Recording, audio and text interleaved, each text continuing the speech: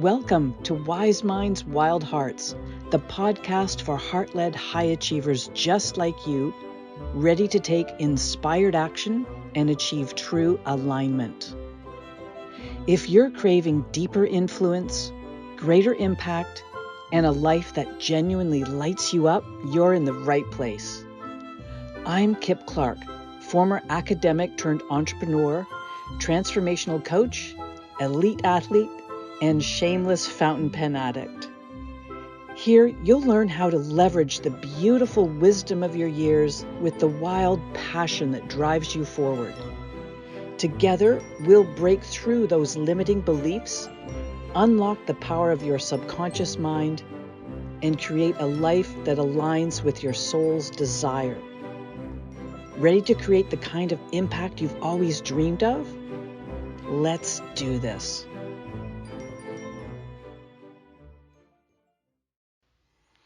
You know, most people think that once they hit a big goal, whether it's quitting a bad habit, launching a new business venture, or maybe getting that workout routine to really stick, then they're home free. But the truth is, real change isn't just about getting there, it's about staying there. And staying there is not a passive process. So it's not about setting up a lovely afternoon in your victory hammock, sipping mojitos while the universe helps keep your transformation intact for you. No, I'm afraid real change, the lasting, embodied, unshakable change, it happens when who you were trying to become is now simply who you are. And so that's what today's episode is all about. It's about how to move from maintaining change to fully integrating it into your identity. It's about the sneaky mindset trap that can undo your progress called arrival syndrome. It's about learning how your brain rewires itself during the final phase of transformation. And it's about why true growth through change is never really finished, but I mean that in the best possible way. So let's jump in here. But just before we do that, I want to check that you've already listened to parts 1 and 2 in this 3-part series. If you haven't, why not hop on over and have a listen to those first, and then come on back here and we'll pick it up right where you left off. You'll get so much more out of this episode if you do, and I don't mind waiting. Okay, are you ready? Great. Let's go. So, stage 5 is the maintenance phase. It's all about locking in your new normal. So there you are. You've put in the work. You've navigated the messy middle change stages of preparation and action from the stages of change model. You've survived the what the bleep was I thinking phase.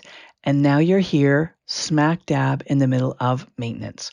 So this is the stage where the new habit or identity is in place, but it still needs reinforcement. Now, James Clear, in his book Atomic Habits, describes this phase as the critical point where habits either solidify into identity or they slip back into the old patterns. Now, why does that happen? Well, behavior change isn't just about what you do. It's also, and more powerfully, about how you see yourself. And I want to create some distinctions for you here because there are 3 types of changes. The first is outcome-based change, and that type of change focuses on what you want to achieve. So that might be revealed in a statement like, I want to lose weight. A process-based change focuses on what you do consistently. So saying something like, I work out 5 times a week. An identity-based change focuses on who you believe you are. So making a statement such as, I'm a fit and healthy person. That is an example of an identity-based statement. Now, most people stop at either outcome-based or process-based change, and that's one reason why habits can fade over time. But when a behavior aligns with your identity, when you no longer see yourself as someone trying to do something, but as someone who simply is that person, then it sticks. So let me give you an example. If you focus only on actions, so that's saying things like, I don't like getting up early to work out.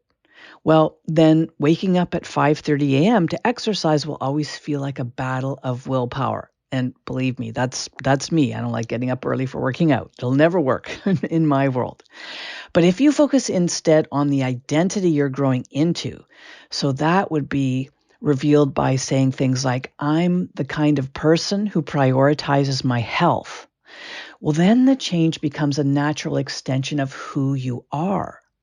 And neuroscience backs this up. Studies on neuroplasticity show that when we repeatedly act in alignment with a new identity, the brain rewires itself to make those behaviors automatic. So what once required effort becomes second nature. But here's another important nuance. Identity isn't static, it evolves. And this dovetails beautifully with Carol Dweck's research on growth mindset. Her work shows that people who view themselves as always evolving rather than as having a fixed identity, well, they're more likely to sustain long-term change. So the key here isn't just adopting a new identity and locking it in forever. It's seeing identity as dynamic. It's always shifting to match the next level of growth. And this is why maintenance isn't just about reinforcing habits. It's also about reinforcing identity in a way that allows for ongoing expansion. If you still see yourself as the old you, there will always be tension between who you are and who you want to become. But if you recognize yourself as someone constantly growing, there's no longer a pull to go back because your self-concept is designed to keep evolving forward. So, how do you keep momentum in this stage, the fifth stage of change? Well, let's talk about the 3 keys to maintenance here. The first is to reinforce your identity. So avoid saying things such as, I'm trying to be healthier, or I want to be healthier, or I will get fitter. These statements that include notions of trying to do something, wanting something, or becoming something, they're in the future. So they keep the change out in the distance, and that's not powerful enough. So instead of talking that way, say things such as, I'm the kind of person who prioritizes my health, or I'm a healthy adult and fitness and clean nutrition are important to me. So these kinds of statements are identity statements, and they're firmly grounded in the present. So they're part of your future self and your future vision. Yes, absolutely. But you're living from the goal state right now in the present, which is much, much more powerful. Remember, goals are not something we work towards. Goals are something we live from. Your subconscious listens to how you describe yourself. So this is such an important step. The second key to the maintenance stage is to design your environment for success, because your habits are shaped by what's around you. Winston Churchill once said, we shape our buildings, and afterwards our buildings shape us. And now what he meant by that is, at first, we humans intentionally design our spaces, whether it's our homes, offices, entire cities. We do that based on needs, values, and priorities. But once those spaces are built, once they're in place, they in turn shape our behavior, our routines, even our thinking. So for example, a workspace with sought-after corner offices for executives and partners and center cubicles for everybody else in the organization, that encourages more formality and hierarchical leadership, while an entirely open concept office fosters much more collaboration and flattens out the leadership structure. Physical spaces also shape our habits. So, for example, a neighborhood built for cars will discourage walking, while a pedestrian-friendly city promotes community interaction and healthier choices for how we move about. Now, Stanford behavioral scientist B.J. Fogg found that environmental cues are much stronger than willpower. So the easier you make it to continue your new behavior, the less friction there is that might cause you to slip backwards. So if you want to maintain a daily meditation practice, for example, keeping your meditation cushion out where you can see it and use it easily will help to promote that. And then the third key for the maintenance stage of change is to expect and plan for setbacks. Now, most people tend to think that having a relapse equals failure. But the reality is, a relapse is really just feedback. So simply look at why you've experienced this relapse without beating yourself up over it and stay curious. You're growing and changing a lot here. So giving yourself some grace will be much more helpful than engaging in self-criticism. If you slip up, don't spiral. Just ask, what's triggered this and what can I tweak here to get myself back on track? Remember, this is the stabilization phase. The groundwork is there, and the more you can reinforce the changes you're making, the more lasting they will be. Okay, let's now take a look at this one final step in the stages of change model, and that's stage 6, integration. This is when change becomes who you are. Now let's talk a little bit about what happens when you don't have to think about it anymore. So in the original change model, this final stage, the 6th stage, was called termination, meaning the change was complete and relapse was no longer a concern. But let's be real, termination sounds a little dramatic and it's probably not as accurate as perhaps it could be. So it's as if you're an action hero exiting the movie after one final victorious explosion. It might be dramatic, but it's not as helpful as it could be. So instead, let's use the term integration for this last stage, because real change isn't about ending something, it's about fully embodying it. So what does integration look like? Well, you're no longer trying to stay disciplined because it doesn't feel like effort anymore. You'll have new habits and beliefs and behaviors, and they'll feel as natural as breathing. And the old pre-change way of being and doing just doesn't feel like you anymore.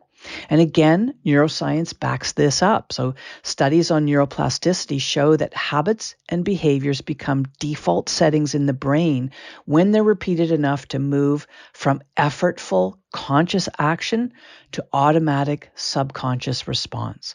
And this is why Olympic athletes, musicians, top performers of any kind, it's why they don't have to force themselves to practice or to visualize success, because it's such a natural part of their mental wiring. So once you hit this integration stage, you're not working on the change anymore. It's just who you are. Now, there is a threat, however, to integration, and I mentioned that in the introduction, but it's called arrival syndrome. And this is where people can get stuck in this last stage here. So you've built the habit, you've made the change, you feel amazing, and then you start to slack off a little bit. Does that sound familiar maybe? Welcome to arrival syndrome. This is the sneakiest way to lose momentum after having come so far. Dan Sullivan, in his 4 C's formula, he calls this the point where some people will stop growing because they think they've already made it. And I put that in air quotes. And high achievers especially can fall into this trap because sometimes once they succeed at something, they'll be bored with that and they want to move on to something else. But here's the thing to remember. There is no there as a final destination. Transformation isn't about reaching some ultimate fixed state. It's about becoming someone who continuously evolves. So instead of asking, am I done here? We could say instead, what else is possible from this new vantage point, from this new identity? Because again, curiosity can be such an amazing motivator for growth and a fabulous tool to keep you from sliding back. So the biggest breakthrough will happen when you stop chasing change and start living from the identity of your future self. The more you act in alignment with that vision, the faster the gap closes between who you are and who you want to be. Now, this wraps up the 3rd-part series in the stages of change. And if you followed along, you now have a roadmap, not just for making changes, but for making them stick.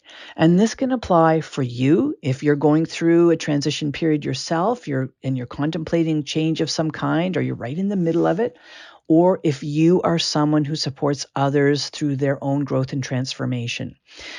Listen, change can be hard, but if I'm honest here, I have to say that I actually really love helping people navigate change. Transformation is not just possible, it's what you were always meant to experience. So if you've tried making a change before and it didn't go the way you hoped, Or maybe you made some changes, but you found yourself slipping back to your old ways of being and doing all too quickly. I get it. I've been there myself, so I understand that.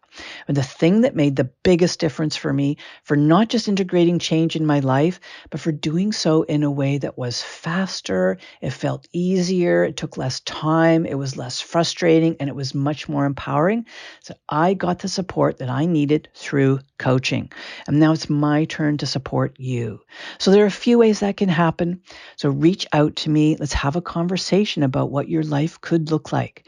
My contact details are in the show notes, and I truly love to help you get exactly where you've always wanted to go. All right, my friends, that's it for this episode. If this has been helpful to you, let me know. I love to hear about all the positive changes you're making in your life. And if there's someone you know who might benefit from hearing this message, please share the love, my friend. See you next time on Wise Minds, Wild Hearts.